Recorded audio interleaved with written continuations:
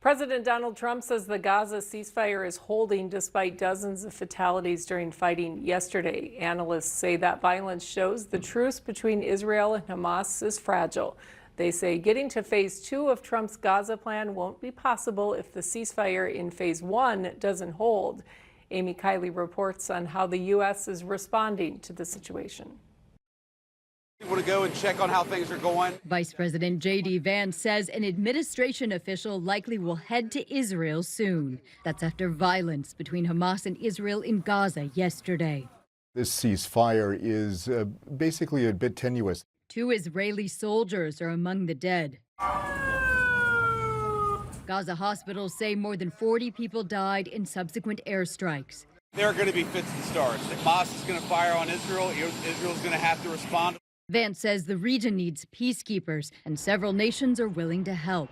The only problem is those countries don't want to go in when the Israelis are still fighting in the area. Sources familiar with the plans for a U.S. delegation say 2 officials who helped broker the ceasefire deal might be involved. Their special envoy to the Middle East, Steve Witkoff, and Trump's son-in-law, Jared Kushner. Hamas right now is doing exactly what you would expect a terrorist organization to do, which is to try to reconstitute and take back their positions. The success or failure of this will be if Israel and this international mechanism is able to create a viable alternative.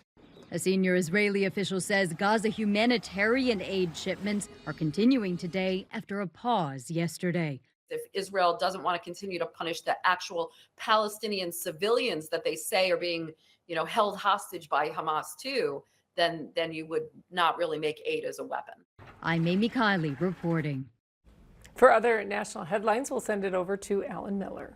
Well, Jody, the federal government shutdown is about to enter its 3rd week with no end in sight. Unlike previous shutdowns, the agency responsible for overseeing the nuclear stockpile will furlough most of its staff. A spokesperson for the Department of Energy says about 1,400 workers at the National Nuclear Security Administration will receive furlough notices. Fewer than 400 workers will remain on the job. Sources say despite the disruption, the nuclear stockpile is reliable and there's no national security threat. Marine Corps shrapnel hit a patrol car on one of California's busiest freeways during a demonstration over the weekend. The artillery rounds were fired over Interstate 5 near Camp Pendleton as part of a military demonstration for the Marine Corps' 250th anniversary. The Highway Patrol says the shrapnel detonated prematurely and struck a patrol car.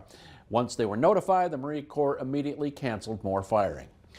A jury has convicted 1 former New York State prison guard and acquitted 2 others who were charged in the death of inmate Robert Brooks. Body camera video showed several corrections officers punching Brooks while he was in a medical examination room in 2024.